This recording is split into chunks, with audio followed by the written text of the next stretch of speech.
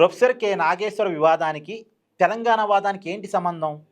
నాగేశ్వర్ ఒక జరగని విషయాన్ని జరిగినట్టుగా ఒక కట్టుకథ అల్లి అమిత్ షా గారి మధ్య, పవన్ కళ్యాణ్ గారి మధ్య జగన్ అరెస్టు గురించి చర్చకొచ్చిందని, ఆ చర్చలో పవన్ కళ్యాణ్ గారు జగన్మోహన్ రెడ్డి అరెస్టు గురించి అమిత్ షా గారిని అడిగితే, అమిత్ షా గారు పవన్ కళ్యాణ్ గారికి క్లాసు పీకారని, జగన్మోహన్ రెడ్డి మనకి long run friend, Chandrababu instant friend మాత్రమే అని చెప్పారని, ఆ విషయాన్ని పవన్ కళ్యాణ్ గారు, నారాయణ మనోహర్ గారు పార్టీ మీటింగ్లో చెప్తే, ఆ పార్టీ మీటింగ్లో ఉన్న వాళ్ళెవరో నాకు చెప్పారని నాగేశ్వర్ గారు మనకు చెప్పారు.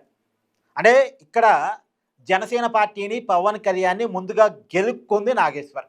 ఒక పొలిటికల్ అనలిస్ట్గా ఆయన మాట్లాడిన తప్ప ఒప్ప అంటే ఆయన తప్పని ఒప్పుకున్నారు.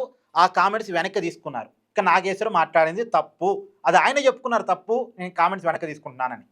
కామెంట్స్ ఎప్పుడైతే వెనక్కి తీసుకున్నారో జనసేన పార్టీ కూడా ఆ వివాదానికి ఫుల్ స్టాప్ పెడుతున్నామని చెప్పేసింది. ఇక్కడ కేసు లేదు, అరెస్టు లేదు. కానీ కేసులు ఉన్నాయని, అరెస్టులు ఉన్నాయని ఒక భ్రమని క్రియేట్ చేసి ఆయనకి మద్దతు తెలుపుతున్నట్టుగా ఒక రౌండ్ టేబుల్ సమావేశాన్ని పెట్టి ముగిసిపోయినటువంటి వివాదాన్ని మళ్ళీ లేపి దాంట్లోకి తెలంగాణ వాదాన్ని చొప్పించి ఆంధ్ర ప్రాంతం మీద ఒక అక్కసిని వెళ్ళగక్కుతూ ప్రత్యేకించి పవన్ కళ్యాణ్ వ్యక్తిగత జీవితం మీద కూడా మాట్లాడుతూ ఒకటి ప్యాకేస్తారంటాడు, ఇంకోటి పిల్లల గురించి మాట్లాడతాడు. అంటే ఇంట్లో ఉన్న ఆడవాళ్ళ గురించి కూడా మాట్లాడుతూ పెళ్ళిళ్ళ గురించి రకరకాలుగా పవన్ కళ్యాణ్ క్రిటిసైజ్ చేస్తూ చంద్రబాబుని, నారా లోకేష్ని, ఆంధ్ర వాళ్ళని అందరినీ కించపరుస్తూ ఆంధ్ర తెలంగాణ మధ్య వివాదంగా ఈ ఇష్యూని మార్చడానికి కొంతమంది జర్నలిస్టులు ప్రయత్నం చేస్తాయి. మరి జర్నలిస్టులకి ఈ దురదేందో నాకు అర్థం కాలే. ఇప్పుడు నాగేశ్వర గారి మీద కేసులు పెట్టారు, ఖండిస్తూ మాట్లాడొచ్చు. నాగేశ్వర గారిని అరెస్ట్ చేయదలుచుకున్నారు, ఖండిస్తూ మాట్లాడొచ్చు. కానీ ఇక్కడ అరెస్టు లేదు, కేసు లేదు.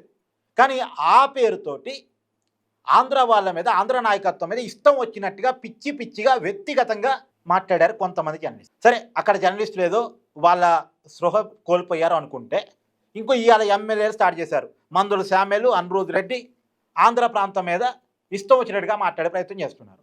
దీనికి కౌంటర్గా వాళ్ళు కూడా మాట్లాడతారు. ఇది ఆంధ్ర తెలంగాణ ప్రజల మధ్య ఘర్షణగా మారేటువంటి అవకాశం ఉంది.